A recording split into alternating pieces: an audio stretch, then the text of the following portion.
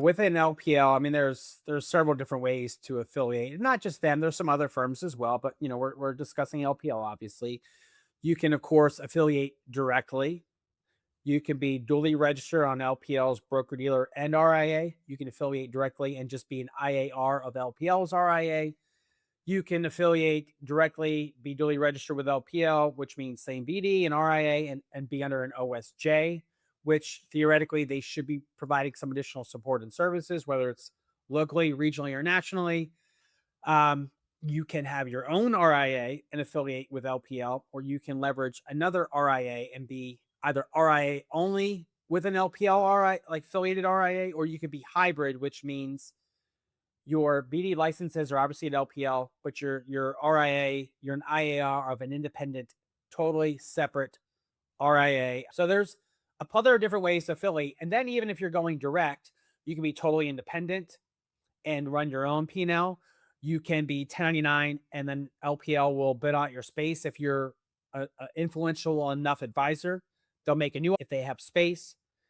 And then they have their W-2 model where it's kind of like that wirehouse light model, right? Your payouts are more, you you theoretically get the same support and services and access to products as you did at the wirehouse.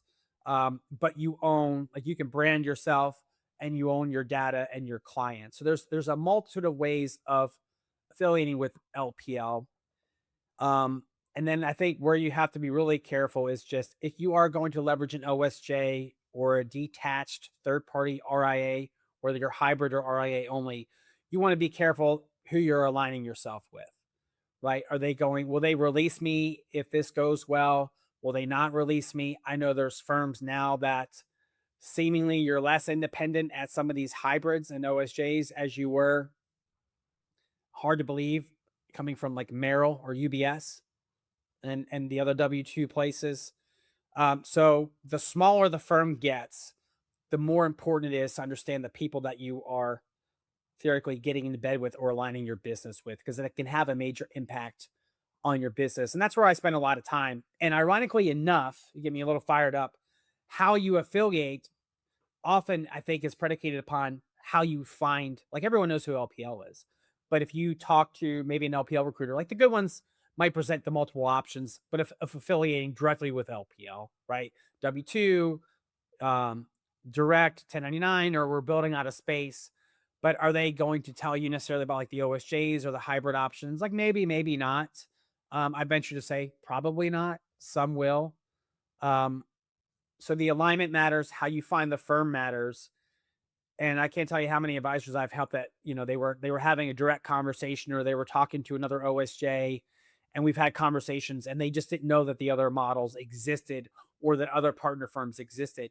And why would they? Because if I'm an OSJ and I'm recruiting there, or an RIA, I'm not going to tell you about all the other options.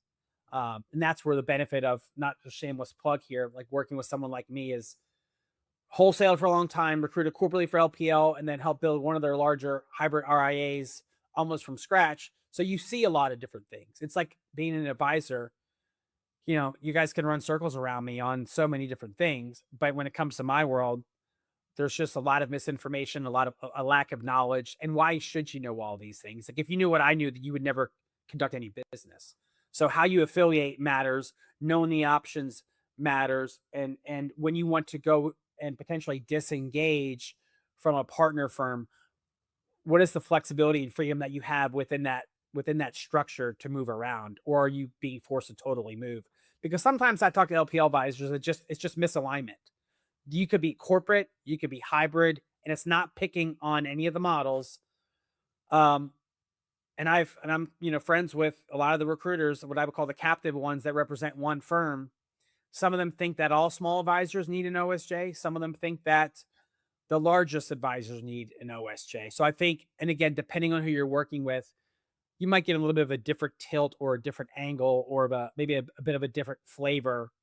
And so just kind of understanding, I wouldn't even call it a conflict, maybe a bias. Like what are the biases? What's actually happening?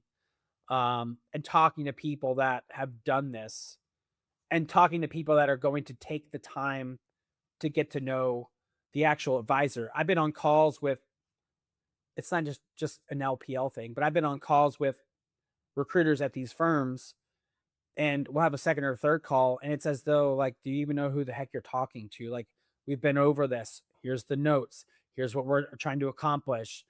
And just taking the time to really get to know the client, which is, I think, the benefit of working for myself and being out on my own is that, I mean, there are no quotas. Like, I've got big dreams and big goals, like the top advisors that I work with, but we're going deeper with the relationships.